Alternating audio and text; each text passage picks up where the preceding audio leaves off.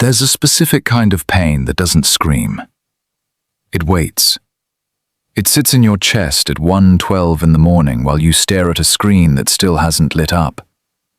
It follows you into the kitchen when you pretend you're just getting water. It lingers in the silence after you send one more thoughtful message and get back a cold, delayed, half-alive response. And the worst part is not even the distance. It's the confusion. The way they can be warm one day, absent the next. Tender when they feel you slipping away, then emotionally unreachable the moment you move close again. You don't know whether to call it love, fear, timing, trauma, or bad luck. But deep down, your body already knows something your mind keeps trying to explain away. Because when someone truly cares, confusion is not their native language. And that truth hurts.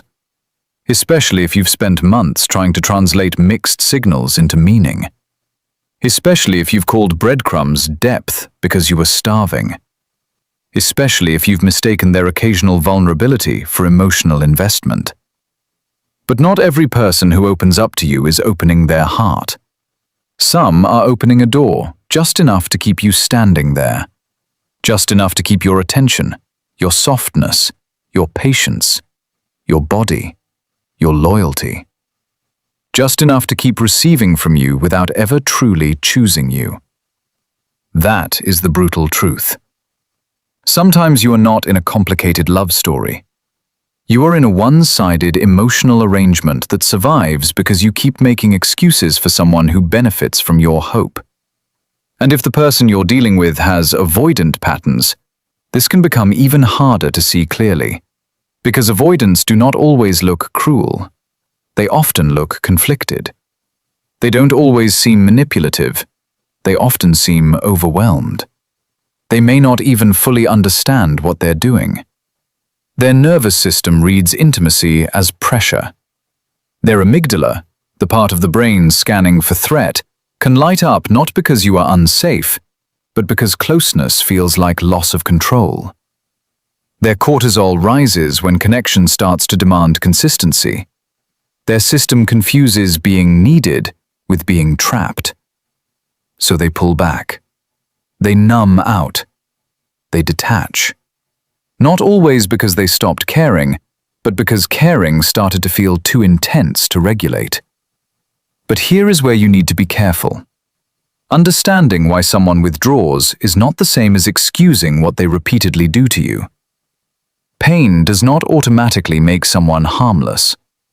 Trauma does not turn selfishness into love, and avoidant behavior, when left unconscious, can become a machine that feeds on your empathy.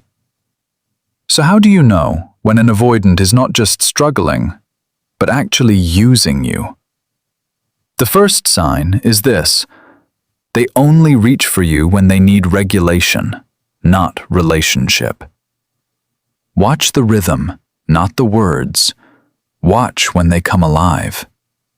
They disappear when things are stable. They fade when you ask for clarity. They become vague when you ask where this is going. But the moment they feel lonely, stressed, rejected, sexually frustrated, emotionally depleted, or threatened by losing you, suddenly they remember your name like it's oxygen. Suddenly they miss you. Suddenly they open up. Suddenly they want your voice, your comfort, your reassurance, your body, your warmth. This is not intimacy. This is emotional borrowing. You become the place they visit when their internal world becomes too loud. You calm their anxiety. You soothe their emptiness. You help regulate the crash that follows their detachment. In those moments, their dopamine spikes because they know you're there, predictable, responsive, available. Your presence becomes less about mutual love and more about relief. You are not being chosen. You are being used as a nervous system sedative. And because those moments can feel so intense, You mistake them for proof. You think, this is the real them. This is how they really feel. But if their affection only appears when they are dysregulated and disappears when they feel normal again, then what they love may not be you. It may be what you do for their discomfort. The second sign is that they keep you emotionally close while keeping the relationship undefined. This is where the fog gets dangerous. They tell you you're special. They say they've never felt this comfortable with anyone. They share stories from childhood.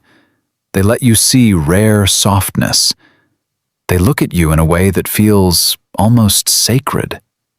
But when reality arrives, commitment, consistency, accountability, definition, they retreat into ambiguity. They say they don't want labels. They say they're confused. They say they need space. They say they don't want pressure. And somehow, despite all this emotional access, you still have no secure place in their life. Because a person who is using you does not want the responsibilities of having you. They only want the benefits of accessing you. So they create an in-between space, not fully with you, but not fully gone. Just enough connection to keep the emotional supply flowing. Just enough uncertainty to keep you performing. And that uncertainty is not neutral. It is chemically powerful. An inconsistent bond floods the brain with intermittent reinforcement, one of the strongest hooks in human attachment. The unpredictability itself becomes addictive. When affection is unstable, your nervous system doesn't relax into love. It fixates, it scans, it chases, it obsesses. Your body starts treating crumbs like jackpots because it never knows when the next emotional reward is coming. That's why you can know something feels wrong and still crave them harder. Your mind calls it potential. Your body calls it survival. The third sign is that your needs are always too much, but theirs are always urgent. This one cuts deep because it slowly trains you to betray yourself. When they need distance, you're expected to understand. When they cancel, you're expected to be mature. When they shut down, you're expected to be patient. When they vanish, you're expected to respect their process. But when you need reassurance, when you ask for consistency, when you express hurt, when you want a conversation about what this actually is, suddenly you are overwhelming. Suddenly you are asking for too much. Suddenly your emotions become the problem. This is how self-worth erodes in slow motion. You start editing your needs into a version that won't scare them.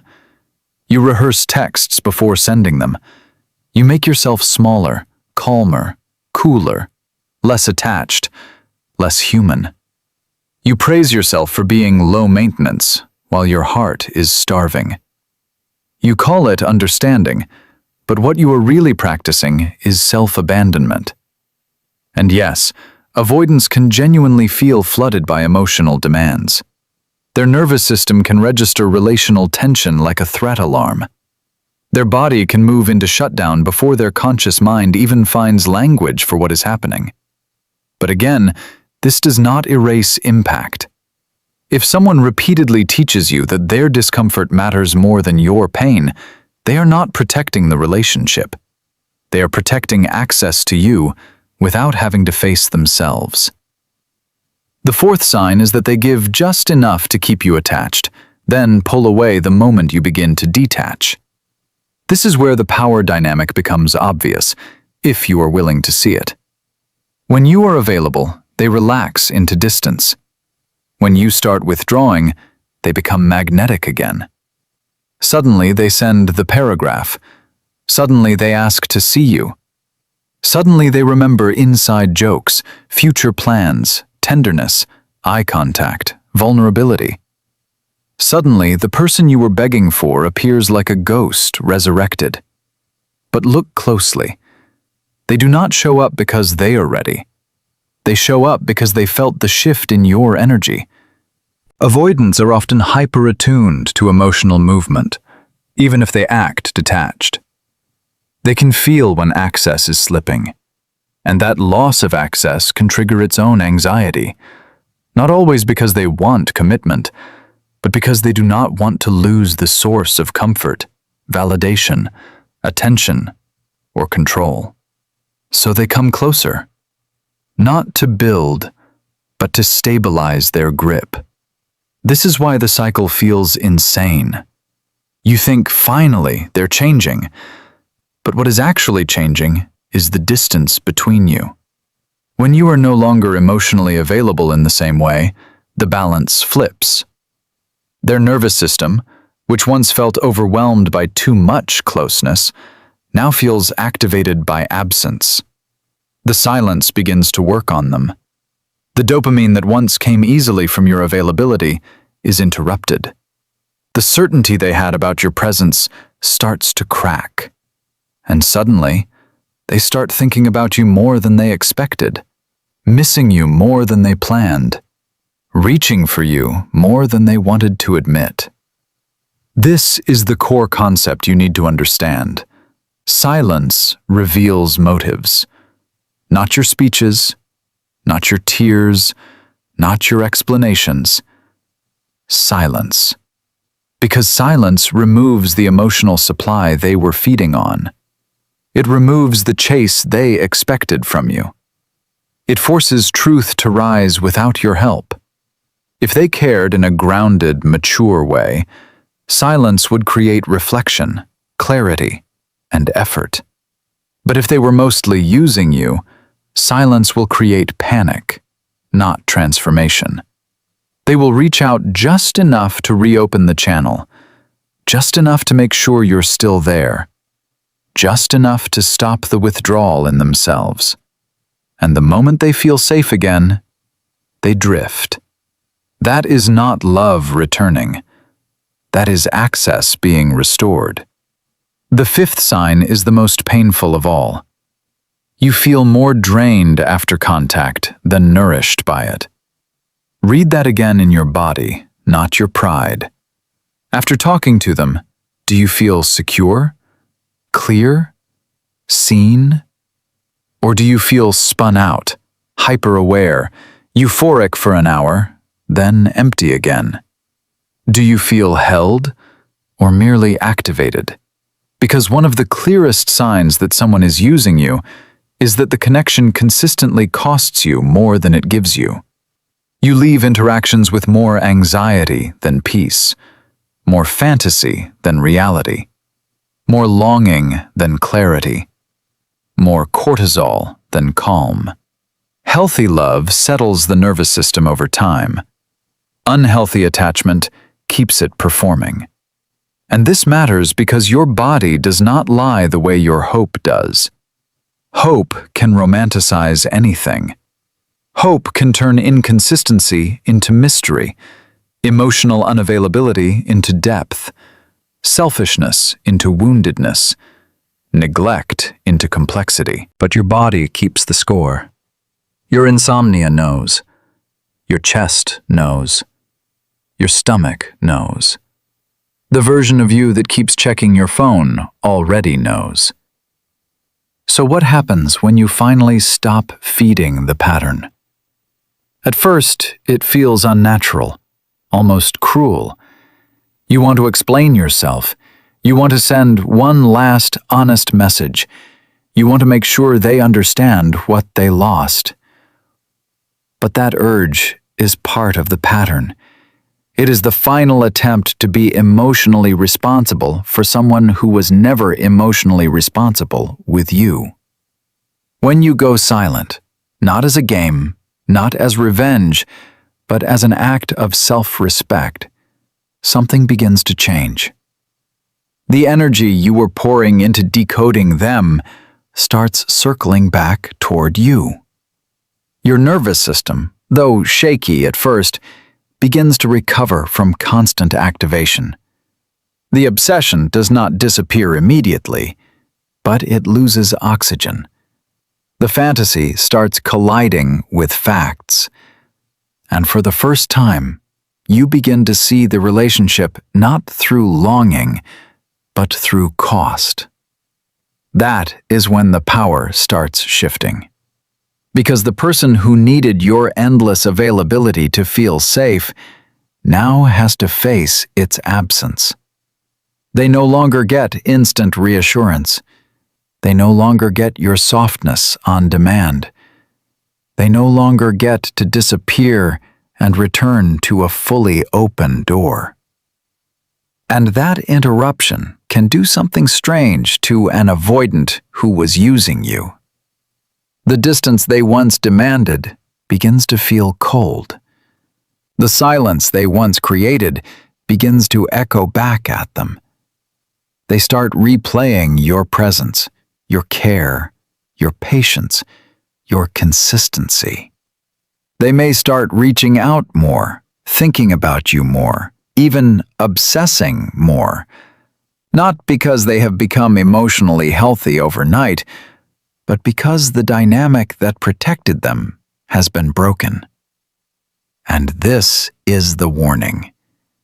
Do not confuse their renewed pursuit with real change. This is where so many people relapse into the same wound. The avoidant comes back warmer, sweeter, more expressive. They say they miss you. They say they've been thinking. They say they didn't realize. They say they feel different now. And maybe in that moment, they do. Maybe your absence really did wake something up in them. But awareness during loss is not the same as capacity in relationship. Missing you is not the same as being able to love you well.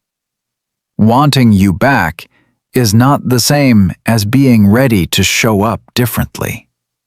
If nothing structural has changed, if they have not developed accountability, emotional tolerance, honesty, consistency, and the ability to stay present when intimacy rises, then all you are re-entering is a familiar loop with a fresh emotional soundtrack. And loops are seductive because they wear the mask of hope. But you are not here to be re-triggered in prettier language. You are not here to become a rehabilitation center for someone who only values you when access is threatened. You are not here to earn basic reciprocity through silence, discipline, or suffering. You are here to wake up. To see that your love was never weak, it was just misplaced. To see that your empathy was never the problem, it was just exploited. To see that your attachment was not proof they were special, it was proof the wound was active. And once you understand that, everything starts changing at the identity level. You stop asking, how do I make them realize my value? You start asking, why was I trying to convince someone to treat me like I matter? That question is the beginning of freedom. Because self-worth is not loud. It does not beg. It does not perform detachment to win someone back. It does not weaponize silence. Real self-worth simply stops participating in anything that requires self-erasure. It stops translating inconsistency into potential. It stops romanticizing being tolerated. It stops waiting for emotionally unavailable people to confirm what should have already been sacred inside you. And the truth is, when you finally stand in that energy, when you stop chasing, stop proving, stop over-explaining, stop volunteering your tenderness to someone who only visits when empty, something profound happens. You become hard to use. Not because you become cold, because you become clear. Clear about what love feels like. Clear about what your body can no longer survive. Clear about the difference between being desired and being valued. Clear about the difference between someone who is overwhelmed and someone who is taking from you. Clear about the fact that your peace is more precious than any chemistry built on confusion. And yes, they may notice. They may come back. They may circle. They may finally feel the weight of losing someone who truly saw them. But that is no longer the point. The point is that you saw yourself. You saw the pattern. You saw the cost. You saw the moment your heart started calling pain devotion, and you ended it. That is power. Not making them chase, not making them regret, not making them jealous. Ending the cycle inside yourself. Because the highest form of love is not being chosen by someone incapable of choosing well. It is choosing yourself so completely that confusion no longer feels romantic to you. It is becoming the kind of person who no longer mistakes intensity for intimacy. It is teaching your nervous system that peace is not boring, consistency is not suspicious, and love does not need to be extracted from someone who withholds it. So if this person only reaches for you when they need soothing, keeps you in emotional limbo, makes your needs feel excessive, comes alive only when you pull away, and leaves you more depleted than loved, then listen carefully. You are not losing a great connection. You are losing a pattern that fed on your hope. And that loss may sting for a while. Of course it will. You are grieving not only the person, but the version of the future you kept trying to save. But on the other side of that grief is something much stronger than closure. It is self-respect. It is nervous system recovery. It is emotional sobriety. It is freedom. And once you taste that, really taste it, you will never again confuse being used with being loved. You will not beg for what cannot hold you. You will not shrink for what does not choose you. You will not stay available to someone who only appears when empty. You will become unavailable to confusion. And that is when your life changes. Not when they come back. When you don't need them to.